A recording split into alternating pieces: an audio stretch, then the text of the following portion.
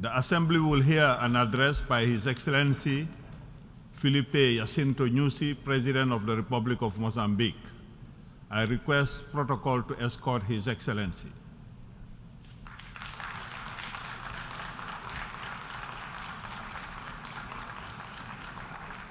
On behalf of the General Assembly, I have the honor to welcome His Excellency Filipe Jacinto Nyusi, President of the Republic of Mozambique, and to invite him to address the Assembly.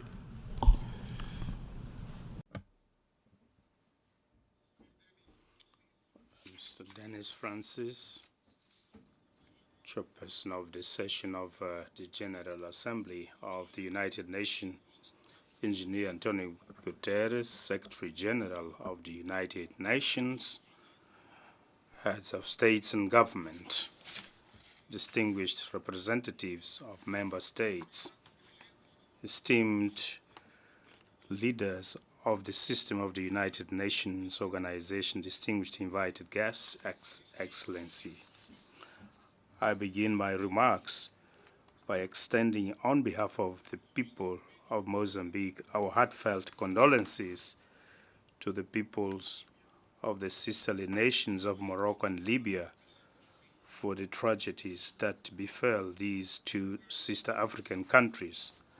I take this opportunity to reiterate the Mozambican people and government's gratitude for the unanimous vote for the election of Mozambique as a non-permanent member of the United Nations Security Council.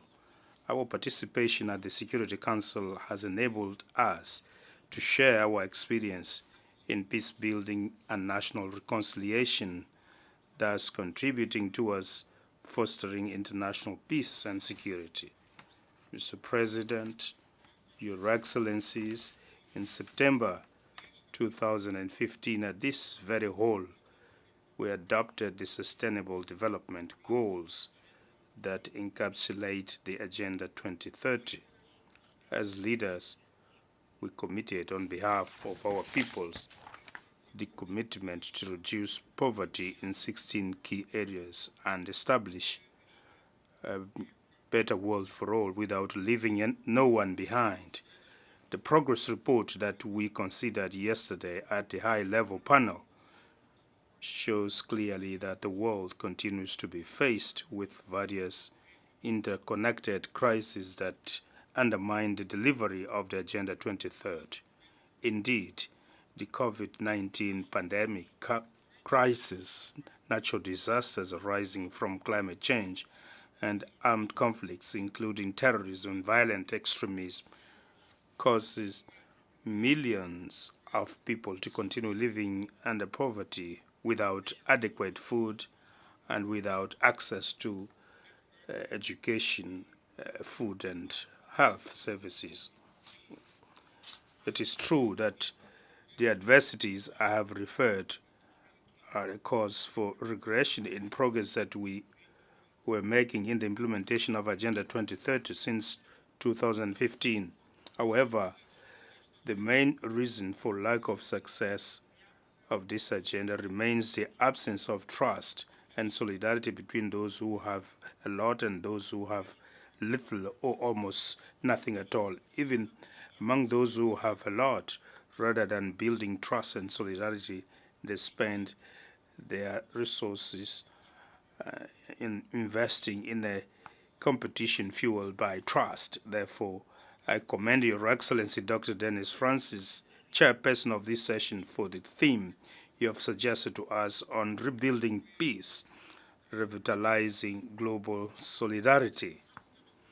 It is a critical theme to realize Agenda 2030 on sustainable development towards peace, progress, and prosperity for sustainability of humanity.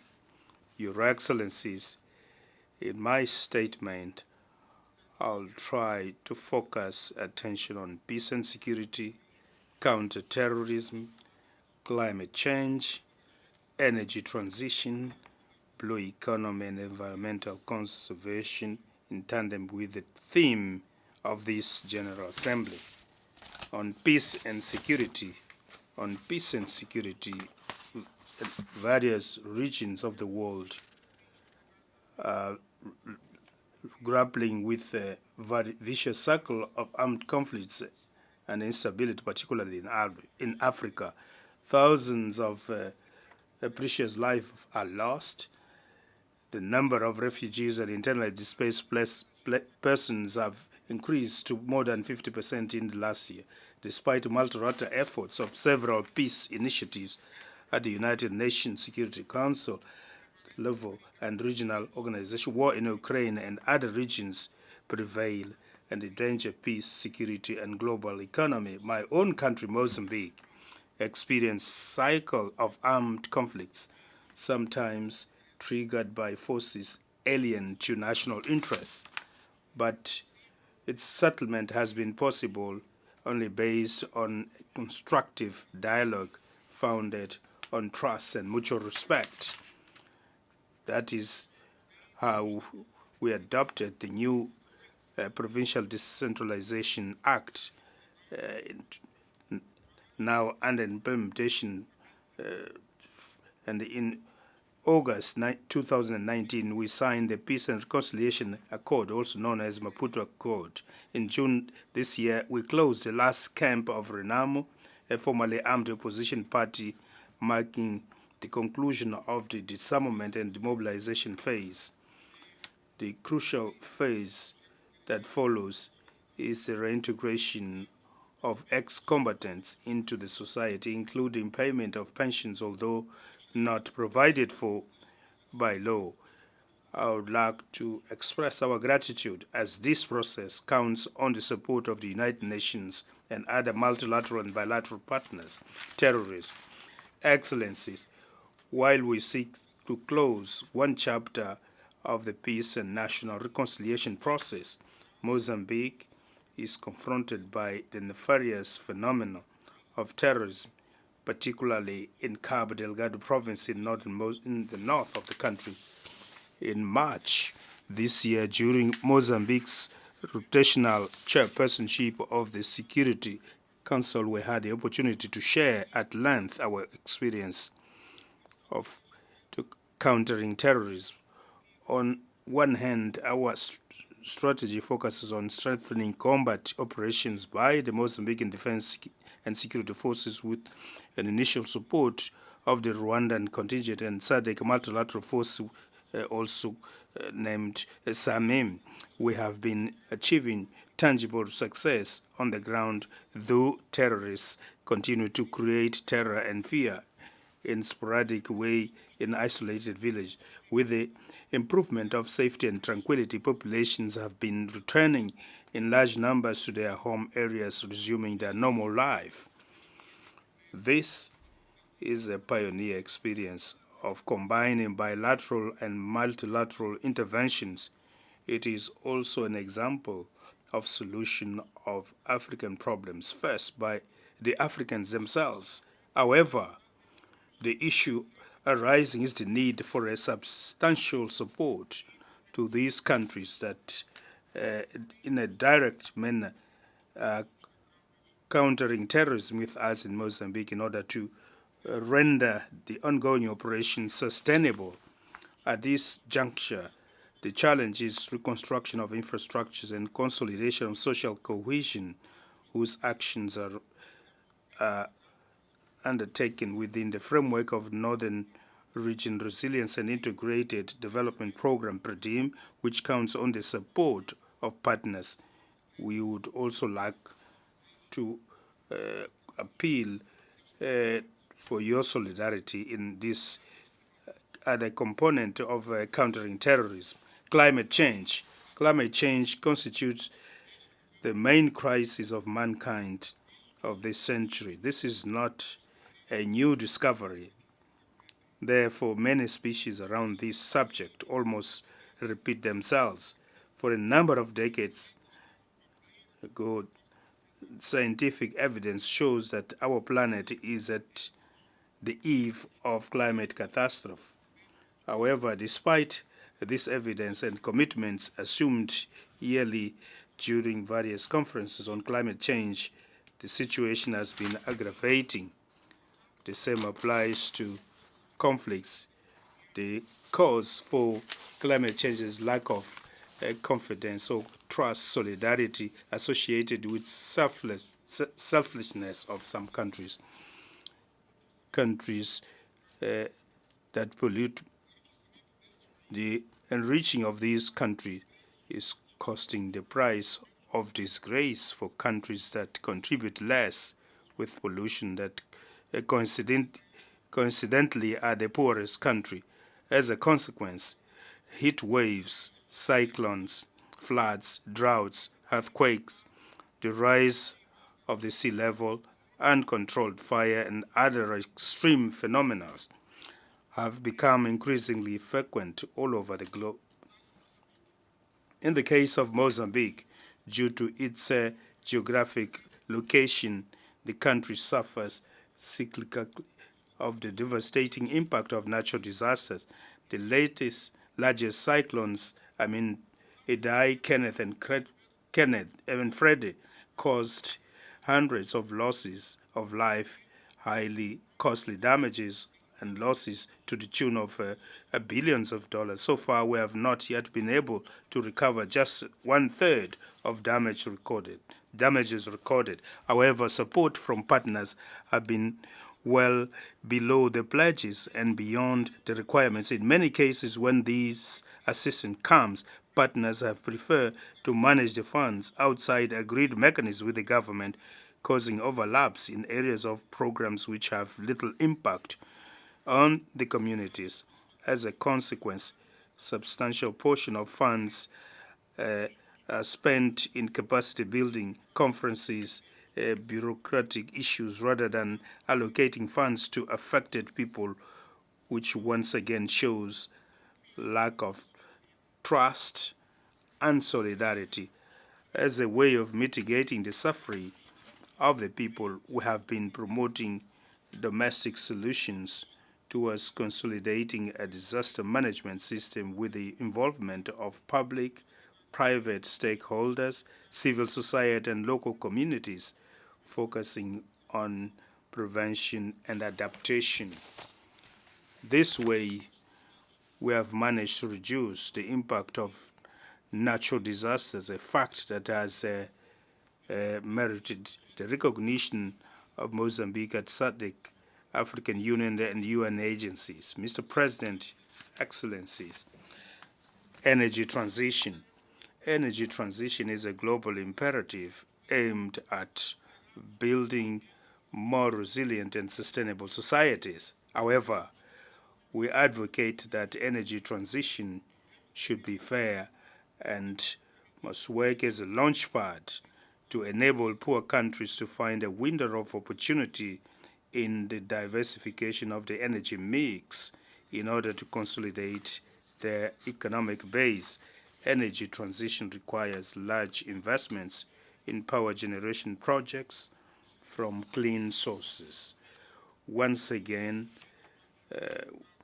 we invite the most industrialized countries to be to show more solidarity by implementing their climate fund commitments. Mozambique is a regional reference for the diversity of its energy matrix that includes hydropower dams, in particular Kaurabasa, solar power stations, and wind power stations, and construction works for Mpanda Ukua are now underway.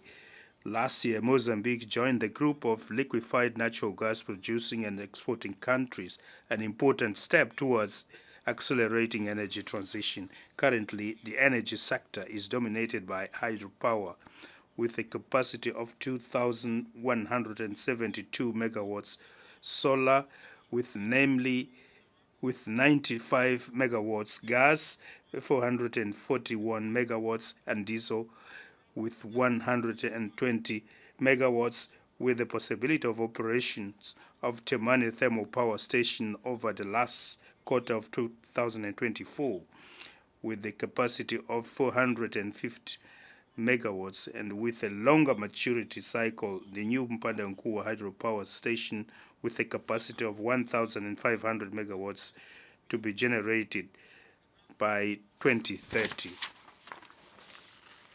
Likewise, Mozambique bets on the development of blue economy to optimize resources from the extensive exclusive economic zone along the coastline of 2,700 kilometers. Environment conservation.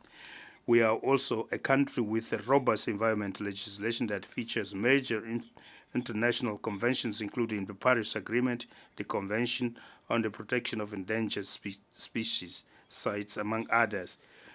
Within the framework of the nationally determined commitment NCD in 2021, Mozambique became the first African country to receive payments from the World Bank Fund for reducing emissions from deforestation and forest degradation. Last year, we launched a regional initiative on the sustainable management of the Miyombo forest that culminated with the adoption of the Maputo Declaration, which was endorsed by 11 SADC member states. Miyombo woodland is the largest tropical forest ecosystem of the world, where three species are predominant, which covers more than 2,574 kilometers along the Great Zambezi Basin across 8 countries of Southern Africa. Under this initiative, which intends to project nature, we count on the support of bilateral and multilateral partners in conservation of the Miyombo forest that can largely contribute to capture carbon on the planet. Excellencies, the challenges currently faced by humanity are huge. However, solutions are within our reach.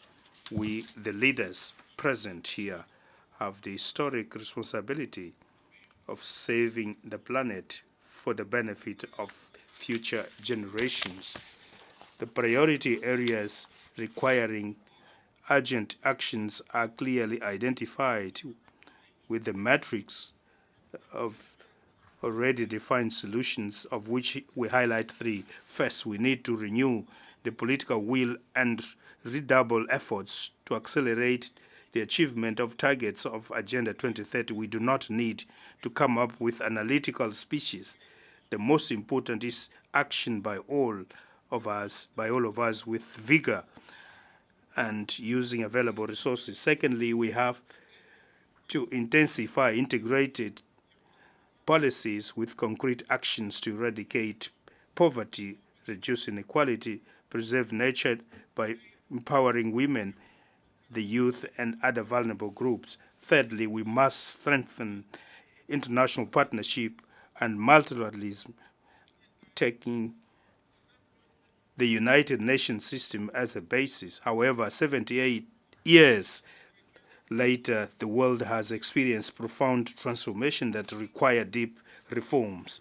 I conclude by appealing for the existence of a more inclusive international financial system that is guided by transparent rules and mutually beneficial rules, where Africa participates as a partner that has a lot to offer to the world and not only a warehouse that supplies cheap commodities to countries or international multinationals, corporations that dominate the international market.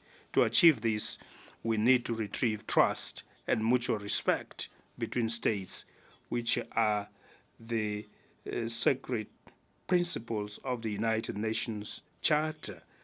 Only with trust and mutual respect and solidarity we can build a better world of peace, safe and sustainable that deliver welfare for all. Thank you very much for your attention. On behalf of the Assembly, I wish to thank the President of the Republic of Mozambique for the statement just made, and I request protocol to escort His Excellency.